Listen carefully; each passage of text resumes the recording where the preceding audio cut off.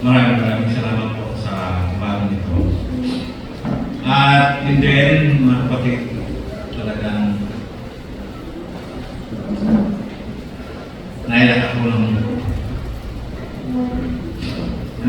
inaawit ng choir. Hindi ako mabitin na maraming natin. So, sabi nga po, katulad ko ng kasalanan, salamat sa Panginoon sa pag-ibig niya. At yun po, kung ating mensahe sa umagang ito, na kaya po, nagmula po sa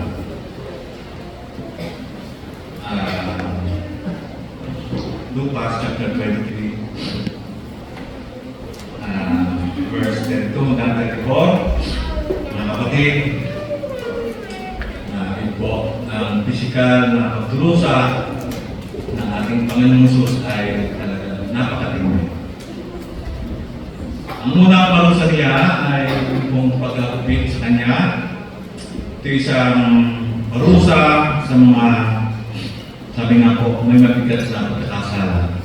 At kung minsay, maaaring ikimatay na ganun nga po, ng hinahagupit o pinapawala. At ang pamalong ginamit sa ating Panginoong Jesus sa pagkagupit ay may 5 dahon ng balat ng hayop, ulubid na nilalagyan po ng mga ubog sa dulo na nakabuhol. Ayon nga po sa batas ng mga Hudyo, karaniwang 4 na po ang bilang ng palo o hagupit sa mga nagkasala. At din po ay makikita naman natin yung mababasa sa Leviticus chapter 19 verse 20. At ganoon din po sa Deuteronomy chapter 25 verse 1 to 3 po. Mga kapatid, kung ang Panginoong Jesus ay pinalo ng 40 beses, siya ay nagkamulang 200 sugat at latay. Sumunod, nag-iinsinan ng isang korona ng tinig sa kanyang ulo. Ang sabi nga po, ang matatalim ng mga dinig na parang karayong ay pumunit sa balat ng Panginoong Jesus sa kanyang o sa noo o sa kanyang sa templo. At yun nga po, umagos ang dugo baba ng kanyang mukha. Ganun din, binugbog at binulaan sa mukha at nabunot ang malalaking piraso ng kanyang bigote gamit ng kanilang mga kamay. At pagkatapos noon, pinasan niya ang mabigat na krus hanggang sa bundok ng Kalbaryo o yung bundok ng Golgotha. Ang Golgotha po, mga kapatid, o ang bundok ng mga bungo, ay isang bundok na tapunan po ng mga basura ng buong siyudad ng Jerusalem. Tapunan din ito ng mga patay sapagkat madalas po maraming namamatay na mga pulubi dahil po sa tagutom o sa gutom. Dito rin po sa lugar na ito, binibitay ang kriminal noon. At yun nga po, pagkarating ng bundok ng Kalbaryo,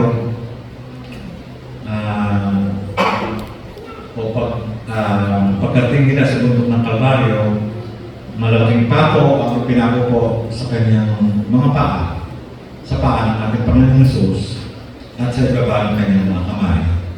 Kung saan po ang palad at ang pulso ng ating Panginoong Jesus ay nagtagpo. Na ganoon din, mga kapatid, usahin na tayo sa pagkakita sa mga aktor, sa mga pelikula sa Hollywood na gumaganap na Panginoong Jesus sa mga pelikula. Kaya nga ng Jesus Christ Superstar, yung Ben Hur, at ang pinakuli ko ay yung Passion of Christ. Na nga po ang mga pelikula ito ay hindi, sabi nga ay kailanman sapat na ipinakakita ang malalim ng pagkatakot o pagkarimarin o yung pagkabrutal o pagkapako sa ating Panginoong Hesus sa krus. At yun nga po, nakikita natin sa pelikula, mga kapatid, ay hindi maaaring maikumpara doon po sa anumang aktwal na naranasan ng ating Panginoong Hesus doon po sa krus ng Kalbaryo. May mga bitak may mga bitak sa kanyang mukha ang bumukas sa kanyang anit. Yun nga po, dugo ay lumagos pa sa kanyang mukha at liig. Ang kanyang mga mata ay halos sarado na dahil sa pagkamaga. Ang kanyang ilong ay nabiyak at pati ang kanyang muto sa kanyang pisngi. Ang kanyang mga labi ay patuloy na turbo, napunit, at sabi nga po, mahirap na mamukhaan siya.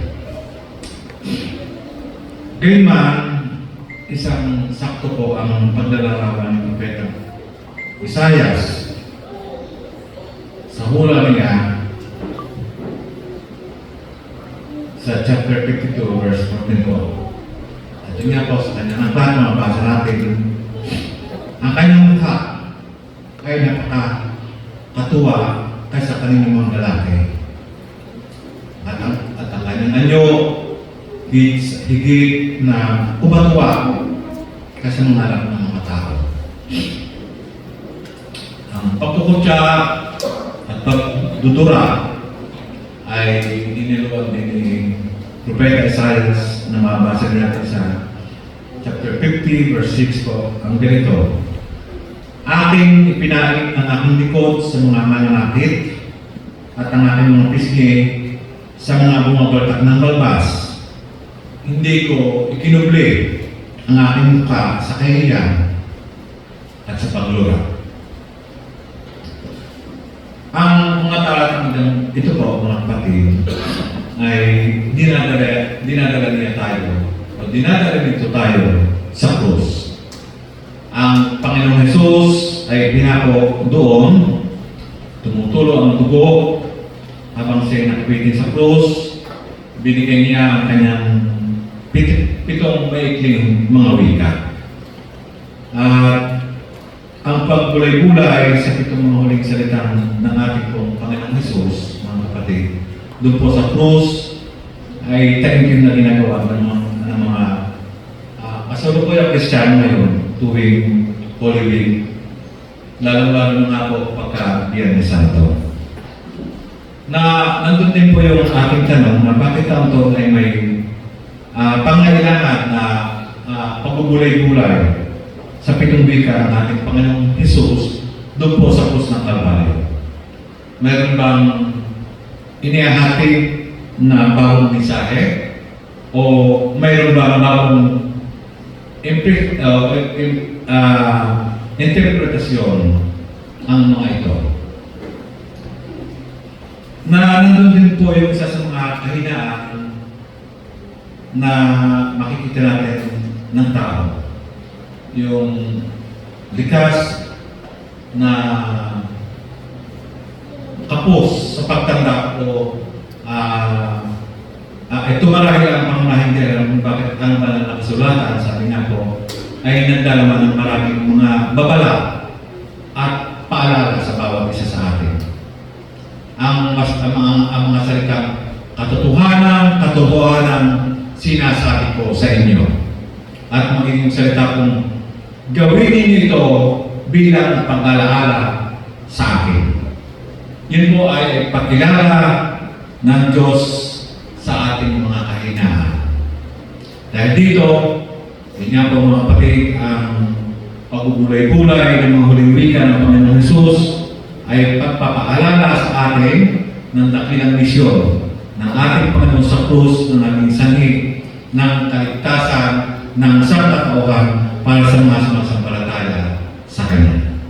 Gayon din, mga kapatid, ang Panginoong Hesus ay nag-iwan ng dakilang halimbawa ng sabi na po, taos-pusong pagsunod at pagpapakasakit upang ating sundin.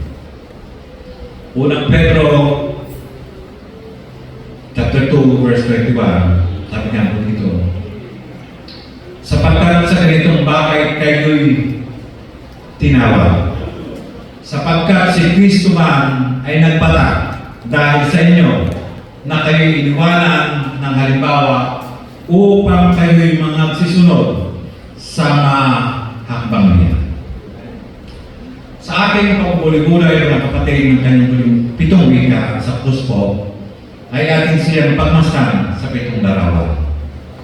Ang mga ito ang tinanggap at kinilala ng mga Kristiyanong Iglesia, kagaya po ng ating church, at naging sandigan ng ating pananampalataya ng lahat ng tagasunod ng ating Panginoong Jesucristo. Nasa 7 wika ang puno at simula ng maraming makabuluhang doktrina na nagsisilbing, sabi nga po, ay pundasyon ng pananampalataya ng mga Kristiyanong kagaya natin. Ngayong taon, dito po sa GHPC, buong buwan ng Marso na tatalakayin po natin o tatalakayin ng mga preachers ang mga huling 7 salita ng Panginoong Hesus. Bago natin pagulay-ulayan ang unang wika, mga kapatid, na siyang nakaatang sa akin sa bago nito, tayo muna po ay manalangin. Panginoon, Diyos namin ng banal, hindi po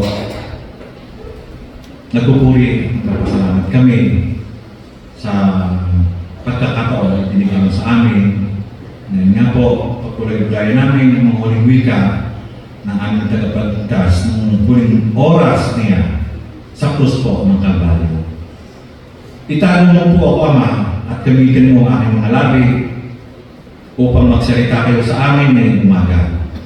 Bigyan po kami ng malinis na isip at malawing puso upang nasalita mo ay matalim at magamit namin bilang pananggalang habang kami po ay nabubuhay dito po sa lupa. Sa pangalan po ng Anak, ito po ang aming isang dalangin. Amen. Amen. So, yun nga po, mga kapatid, unang wika, chapter 23, verse 32 hanggang 34. Sa kanya pong pagkakabayubay sa krus, ang kanya pong pinipasta ng mga tao sa kanyang paligid.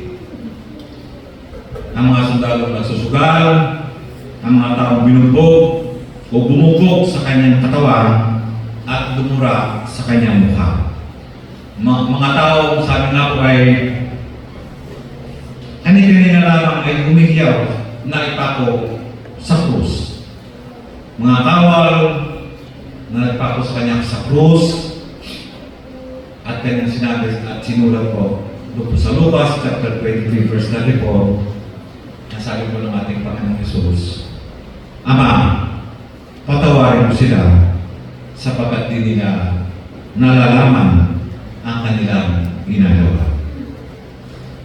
Kapatawaran ang susing salita sa unang wika. Ipinakikita po dito ang kaganapan ng turo o katuruan ng ating Panginoong Hesus sa pagmamahal sa kaaway. At yun nga po mga kapatid, ito'y higit pa sa kanyang pagmamahal sa sangkatauhan. Pinapakita mo ito na ang paraan ng pakikiisa sa Panginoong Jesucristo sa pamamagitan ng pagpapatawad sa mga taong hindi nakakaalam sa kanilang mga ginagawa. Ito ay isang panalangin para sa mga kasalanan, sa mga naliko ng landas, sa mga hindi kumilala sa anak ng ating Panginoong Diyos. Kapatawaran, dahilan sa pag-ibig sa mga tao, mabuti man, masama, mayaman man, utukha. Matalino man siya, umangman, ang Panginoong Hesus po ay namatay para sa kanila, para sa atin. Kapatawaran sa kanyang dinala sa krus, ang bigat ng, sabi nga po, kabayaran ng kanilang mga kasalanan. Kapatawaran, dahil po sa kanyang mga latay, ang tao ay nakasumpong ng kagalingan. Kapatawaran, kanyang pinatawad ang sa katauhan sa kanilang mga kasalanan, maging yung mga kabilang sa karumal-dumal na pagkakasala. Madalas po natin marinig ang linyang ito. Sinlaki man ang balko ang ating mga pagkakasala o kasalanan, ang pag-ibig at pagpapatawad ng ating Panginoon Diyos ay sinlawa ng dagat. Kahit sa gitna ng paghihirap, ang isinalang-alang pa rin ng ating Panginoon Hesus, mga kapatid, ay ang pagpapatawad para hindi tayo maibilang na kaaway nila. Sinamo niya sa ating Diyos Ama ang dalawang magnanakaw na katabi niya nakabayubay dito sa krus at isa po doon ang kumutya sa kanya. Pati ang mga, sabi nga po yung mga Romanong kawal na umalipusta, dumura, bumurot sa mga bigoterya, bumalo, bumugbog, naglagay ng koronang tinik sa kanyang noo, sa kanyang ulo, at pumako sa kanya sa krus. Ang Panginoong Hesus po ay hiniling sa ating sa Panginoong Diyos Ama na patawarin ng mga taong humiyaw na siya ipako sa krus. At yun po, nais kong pagbigay ng pasubali ng panalangin ng ating Panginoong Hesus na Ama, patawarin mo sila. Ay hindi po ibig sabihin na mapapatawad sila na walang pagsisisi at pananampalataya, kundi ang Panginoong Hesus po ay handang magpatawad dahil ang pagpapatawad ang dahilan kung bakit siya ay napako doon po sa krus ng Kalbaryo. Ang salitang Ama, patawarin mo sila, ay pagpapakita ng sobrang mahabaging puso ng ating Panginoon. Nagwiga siya sa krus ng Ama, patawarin mo sila. Dahil ginampan niya ang propesiya sa lumang tipan sa aklat po ni Propeta Isaias o Isaiah na makita po natin sa chapter 53 verse 12. Sabi nga po dito, at ibinilang na kasama ng mga mananalamsan, gayon may dinala niya ang kasalanan ng marami at namagitan sa mga mananalamsan. Mula sa krus, ang Panginoong Hesus ay namagitan para sa mga makasalanan kagaya natin. Ngayon, mga kapatid, ang Jesucristong buhay at naluwalhati ay siyang tagapamagitan ng Diyos at sa mga tao. 1 Timothy chapter 2 verse 5 po. Nanalangin siya, nanalangin ang ating Panginoon Diyos, ang ating Panginoon Jesucristo. Sabi nga po niya, Ama, patawarin mo sila. Dahil sinasabuhay niya ang isang, sabi nga po ay, prinsipyo na itinuro niya doon po sa sermon niya, doon sa Sermon of the Mount. Sa mapabasa po naman natin yung mga kapatid, sa Mateo o sa Matthew chapter 5 verse 43 hanggang 44 po. Sabi nga po niya dito, narinig ninyong sinabi, iibigin mo ang iyong kapwa at kapuputan mo ang iyong kaaway. Datapot sinasabi ko sa inyo, ibigin ninyo ang inyong mga kaaway at idalangin ninyo ang sa inyo'y nagsisiusig.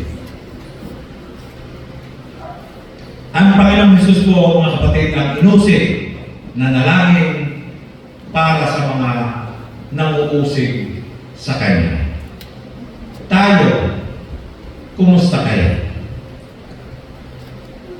Kumusta kaya tayo kapag inuusig, kapag inalipusta, kapag pinaparatangan ng ng kasinungalingan. Nakapagpatawad na ba tayo? O nandiyan pa yung galit sa ating mga puso? At yun nga po sa buhay natin, ang marami ang mga nagkukulang at mga nagkakasala ng paulit-ulit. Marami na ang ating narinig na kwento ng mga inabusong tao, mga sabi nga po ay nasaktan ng mga babae at lalaki na nakaranas ng kalupitan. Ang hanap nila ay paghihigante. Para sa kanila, ang pagpapatawad ay napakabigat. Sa kabilang banda, mga kapatid, kapag ang isang biktima ng kasalanan ng iba ay isang Kristiyano, ang tinig ng Panginoong Hesus ay isa ring boses na nanghusa sa kalooban ng biktima.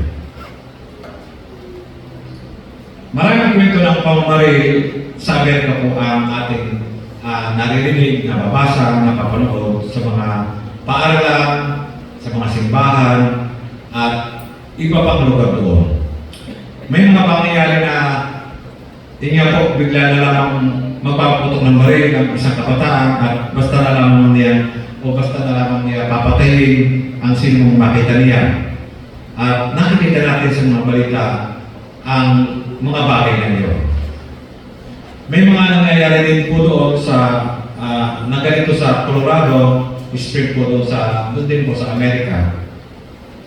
Na iya po ang pangalan niya si Matthew Murray na 24 taong gulang na kabataan na pumasok po doon sa isang youth with a mission headquarters at yun nga po, pinatay niya ang ilang mga tao doon.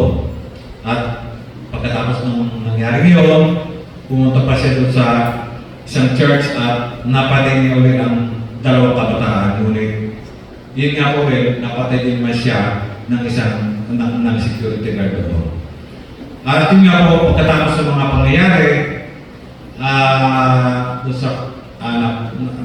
sa kwentong ito, sinubukang imbitahan po ng pastor ang pamilya ni Murray upang magsimba na po sa church na iyon. At din na din, nagatuloy sila ng bandang huli,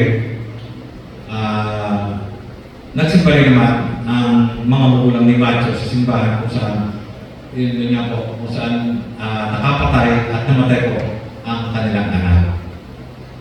Na ang pangyayari po ito sa opisina ng pastor ay kakaiba. Nakita ang mga magulang doon ng mga napatay ni Matthew at ang mga magulang niya yung pong ang kubatan.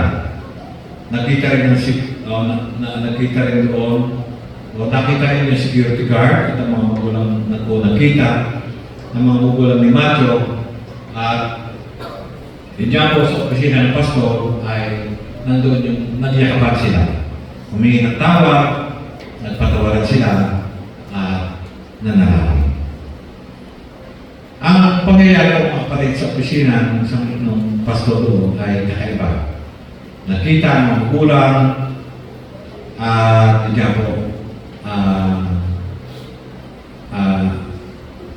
ang nakapatay kay Matthew. At diyan po maliban sa kwentong ito ay alam ko na marami pa rin tayo na narinig na kwento ng mga inabusong tao na nakaranas na po ng pagbitan.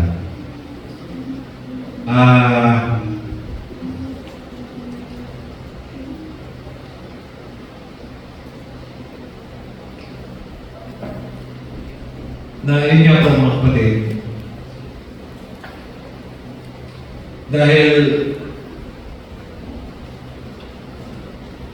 dahil nga po sa pagkapatawad ay utos ng ating Panginoon at yun naman po din ay mababasa natin sa Matthew chapter 18 verse 21 hanggang 22 po. Sabi nga po dito ng ating Panginoon nang magkagaling lumapit si Pedro at sinabi sa kanya, Panginoon, makailang ulit magkakasala ang aking kapatid laban sa akin, na siya'y aking patatawarin hanggang sa makapito.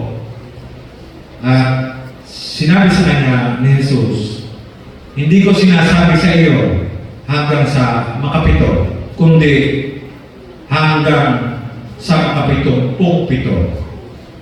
Ayon pa sa Lucas chapter 11, verse 4, mga kapatid, sabi nga po dito, at ipatawad mo sa amin ang aming mga kasalanan, sapagkat aming pinatawad naman ang bawat may utang sa amin.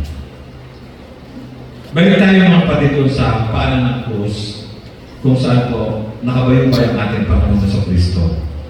Kakibat ng kagandahan ng Panginoon Jesus na pagpapatawad sa mga nang-api o nang-api at ang yurang sa Kanya ay ang kawalang alam sa kanila pong ginagawa. Ang mga tao may kinalaman ng pagpako sa Kanya sa krus po ng Kalbaryo ay ignorante sa kanilang ginagawa o sa kanilang nagawa. Ang mga kawal na rumaro sa krus po ng Kalbaryo ay walang personal na galit sa Kanya. Sumusunod lang sila sa utos ng nakakataas sa kanila. Para sa kanila, trabaho lamang, walang personal. Hindi nila ang pinapatay na nila ay ang Diyos, ay anak ng Diyos at deserving siya sa mga paratang sa Kanya. Ang mga magdang tao na humiyaw ng ipako sa krus, ay hindi alam kung sino ang kanilang sinisiraan at sa kanyang akong dasal, Ama, patawarin mo sila. Ipinakita mo ng ating Panginoon Jesus ang walang hanggang awa, walang hanggang habag, at mahal pa rin niya sa kabila ng kanilang mga ginawa at hanggang magpatawad kung magpakababa at magsisi lamang sila. Matthew chapter 18 verse 14 po, at mababasa din po natin ito sa 2 Peter chapter 3 verse 9. Ang pangalan po ng Panginoon Jesus, Ama, patawarin mo sila, ay nasagot na sa mga buhay ng maraming tao. Ang mga Romanong Senturyon sa ilalim po ng krus, noong makita ko paano matay ang Panginoon Jesus ay nagsalita ng ganito, katotohanan ang taong ito ay anak ng Diyos. Ito mga ay mababasa natin sa Mark chapter 15 verse 39 po. Isa sa mga nagnakaw o isa sa mga magnanakaw sa tagiliran ng Panginoon Jesus ay sinabuhay ang kanyang pananampalataya sa Panginoon Kristo na nangako sa Kanya ng paraiso. Lucas chapter 23 verse 49 o verse 39 hanggang 43. Yung pong isang miyembro ng Sanhedrin ay naghayag ng pakikipag-alyansa sa Panginoong Kristo sa John chapter 19 verse 39 po.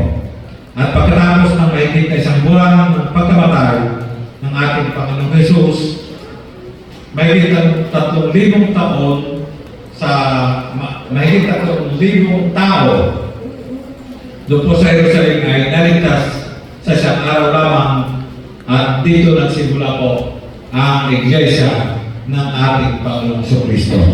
Ito lang po ay mababasa natin sa Acts chapter 2 verse 41. Sa krus ng Kalbaryo, ibinigay ng Panginoon Jesus ang kapatawaran sa lahat ng mananampalataya sa Kanya. At yun po ay mababasa natin sa Matthew chapter 20 verse 28.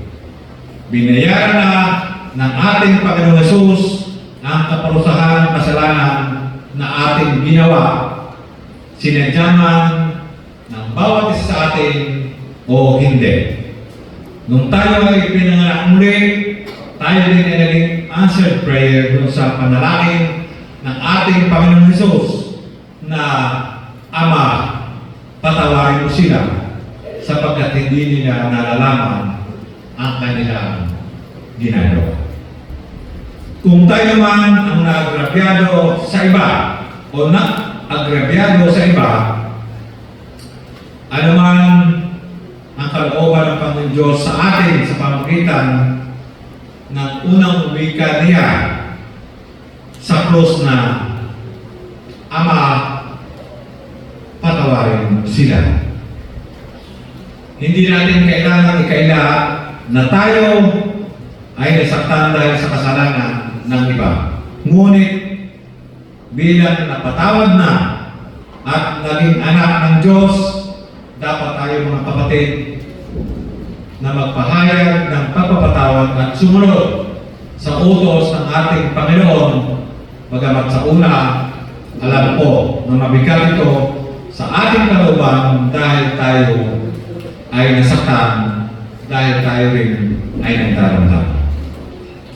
Alalahanin natin mga kapatid na ang Panginoong Sus ay hindi tinanggap ng kanyang sariling bayan at ang mga unang Kristiyanong Hudyo ay pinahirapan ng kapwa nila Hudyo. Ngunit sila ay nagpatawad. Magpatawad upang makumit mo ang pagpapatawad ng ating Panginoong Diyos. Alalahanin ang sinabi ng ating Panginoon, kung hindi kayo magpapatawad, hindi rin kayo patatawarin ng inyong Ama sa langit. Mateo chapter 6, verse 15. Magpatawad at bigyan ng kapayapaan ang sarili. Huwag mong pabayaan maging alipin ka ng pagkamuwi habang buhay at sa sarili mong kamay gagawin ng pagigante dahil ayon po sa Roma chapter 12 verse 19, sa Diyos ang paghihigante. Kung ikaw ay galit at nagnanais na gumante, pag-isipan mong sandali ito. Alin ang pipiliin mong mas matimbang? Ang nararamdaman mong galit o ang utos ng Panginoon Diyos na magpatawad, na ito ang una sa 7 huling wika ng Panginoong Hesus doon po sa krus ng Kalbaryo. Ama, patawarin mo sila sapagkat hindi nila alam o hindi nila nalalaman ang kanilang ginagawa. Tayo po ay tumayo at tayo po ay nananalaman. Panginoon, sa aming mga banal na dito, salamat sa banal na salita na pinagulong mo sa amin at narinig namin sa mga ito. Dalayan ko po, Panginoon, na marapatin mo ang mga sa amin. Ito ay aming may pamuhan. Ito po ay lagi namin nalalahanin at makita, Panginoon, sa aming pang-araw-araw ng buhay. At kapatawad sa nagkasala sapagkat